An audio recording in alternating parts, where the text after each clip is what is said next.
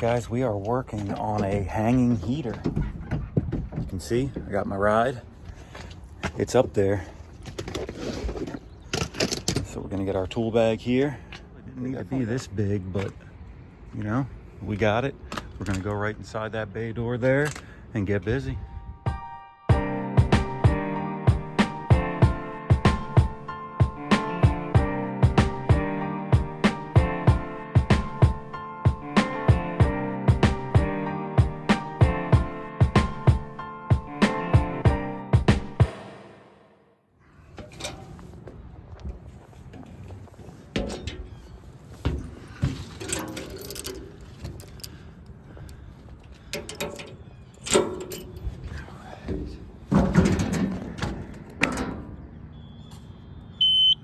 Drive here. See, this is drive, this is lift.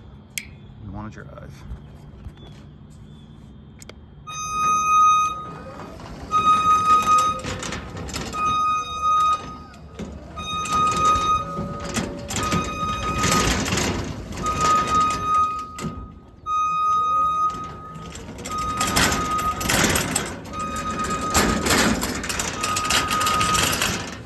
Gotta close the garage door to even get to it. It's right up there.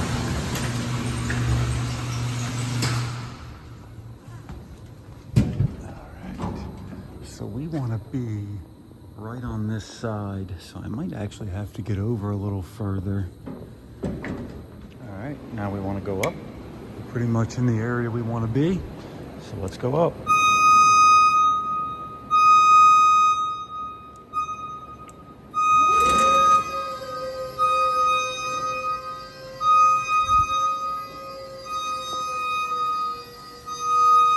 Here we are, right up on it. This is I could have probably gotten a little bit closer, but I think I'm good right here. I would have been more like right in front of it, but I think the problem is they had a blank thermostat. But let's get this opened up, we'll take a look. All right, we're up here. Got the panel off. It has a door switch. It seems either it's been bypassed or something. Not sure what's going on with that. What does this toggle switch do? Okay, it says it's on. See if we got power.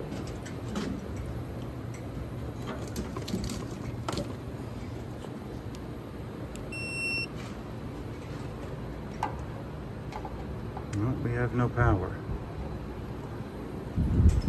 Goes along there. Oh. Let's see why we have no power. Alright, we have a thermostat here, which they must have batteries in. They do. So, we'll put this back. Alright, so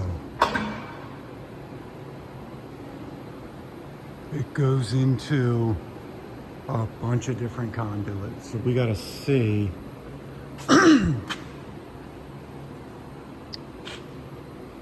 what is off here. See, there's several, all these switches are off, but I don't know if they have anything to do with anything. This is a shop here, so it could literally be anything. Open, closed. Let's check the brake. This one here is actually labeled UH3, Unit Heater 3. That one says UH3 also. So let's go back over here and see if one of these is labeled.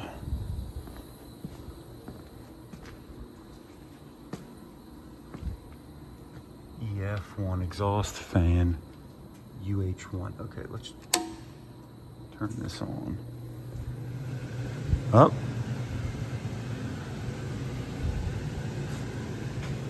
I think we might have something, guys. Someone turned it off. Let's go back up. All right, it's steadily trying to light.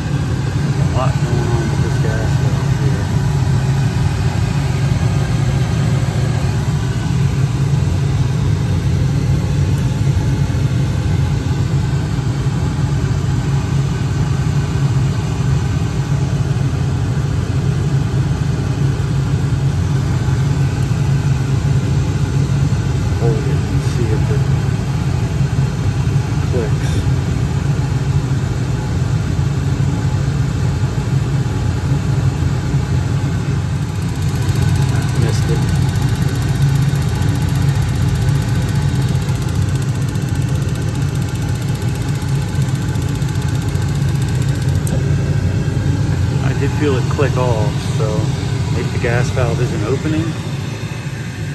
Gas is on. Oh, it just lit. By itself. Probably because it hasn't lit in a while. So there's not as much going on. It's blowing. There's not as much going on with this gas valve as I thought. This is a 2-stage gas valve. So right here, this blue and brown are my common in stage 1. This red is stage 2. That goes right to there, which is our second stage W2 wire.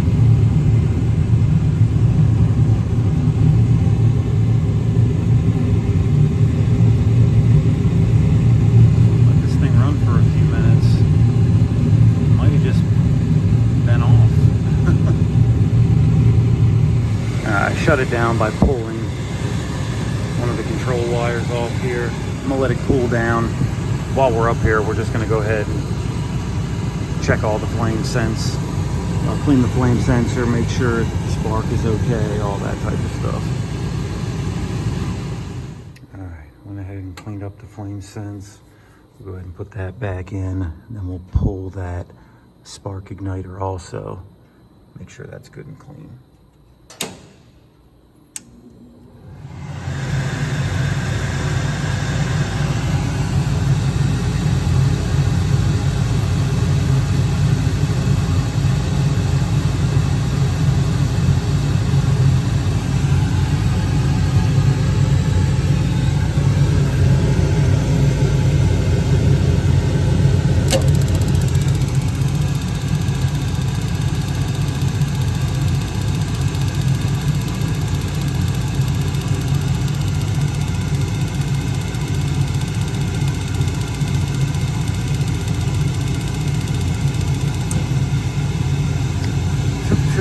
Chances last time too.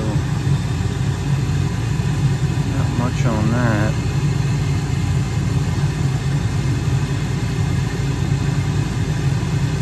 Might be something up with this gas valve, not letting the proper gas through. We'll have to check the gas coming out of it.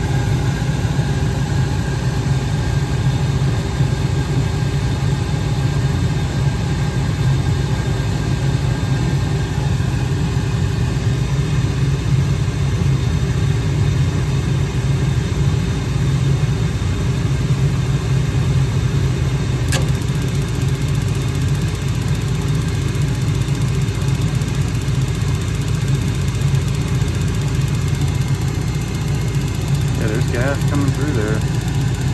This is weird. It's like tilted up. I don't know why this is like this. It comes in on an angle. You guys, I'm realizing here the gas valve is crooked. You can't really hear me, but you can see there the gas valve is like crooked. It comes in on an angle. Not sure why it took me so long to realize that, but it did.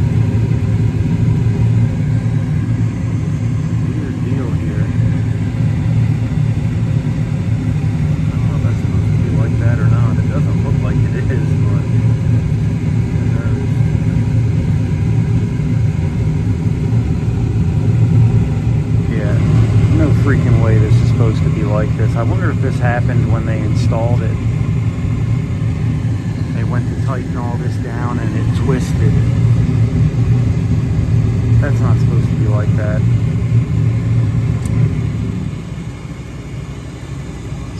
I look the wire, this wire's wrapped around too. No way that's supposed to be like that.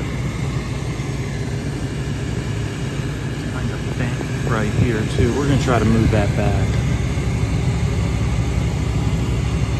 It's probably why it's taking so long to light, because it's angled up like that. And this pipe here has an offset to it, so the gas valve isn't lined up with where it comes in at. So this is moved like 90 degrees up. So we're gonna try to move that back. Yeah, this is the way it's supposed to be, like this. So somebody moved, I guess, when they were installing it,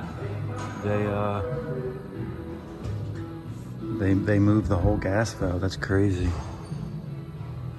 But let's get it wired back up. Yeah, this is the way it's supposed to be, guys. Let's see if it lights any better.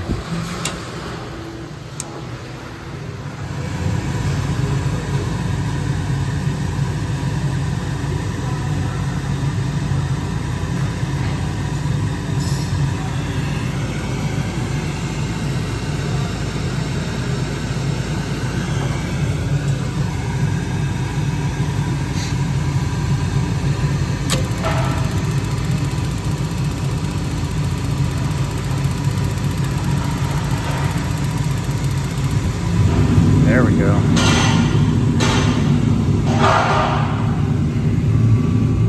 Yeah, guys, so I'm guessing what happened there was when somebody put that heater in, they didn't use a backup wrench on the nipple that comes out of the back of the unit, and they just tightened down their elbows, and they turned that gas valve sideways. They turned the fuel bar, the gas valve, and everything connected to it, orifice and all, they turned it about 90 degrees.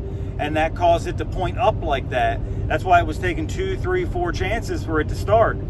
But we got her straightened back out. But, you know, those things aren't on there very tight. Like, the only thing that was holding that up was a little clip that held the orifice and gas valve to the burner section. So not a whole lot holding it there. So it turned very easily. But we got her straightened back out, guys. We got it back up and running. But the real issue there was the disconnect switch was off. So, you guys, it's an absurd amount of calls we run where a unit is just simply off. And, you know, sometimes you never really just want to turn it back on and leave, because sometimes someone's either turned it off for a reason, or, you know, you're already there, so you might as well turn it on, check everything out, clean the flame sensor, stuff like that. Never just turn something back on and walk away. Give them at least 30, 40 minutes to go over the system. But that one's good to go now. But we did run into one that is not good to go today. Take a look. All right, guys, we're in a flooded basement here. We got the water. Well, he pumped most of the water out, but we spread some plastic. Still very wet under here. A lot of standing water. You can see this unit has taken some significant water damage. The board is actually even still damp. A lot of corrosion there. The problem is the heat was staying on all the time. So there's the water in it aside. There's probably something shorted here, but judging by the mildew, and, well, the thing is that the M word is a bad word in our industry. I can't say if this is the M word or not, but it definitely does not look good. I'm not going to trust this unit at all. This is looking like a change out here. We could put a board in it. We could put a transformer in it, because the transformer's right back there. But we're probably looking like a change out here. Also changing this plenum here, because that's taking some water. The bottom of this is damp. That return, you can see the water line on it there. That certainly took some water.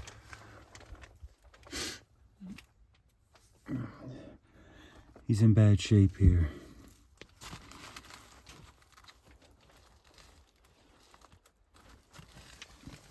If you really, really wanted to, I could put put a board and transformer in it and see what happens.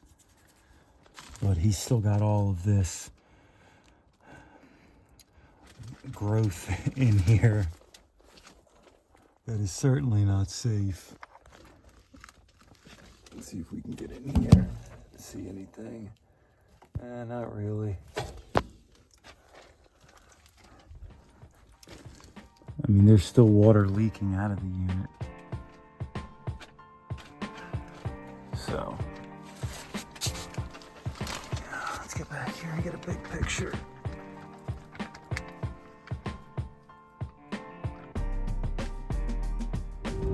Yeah, guys, so the whole crawl space flooded out there.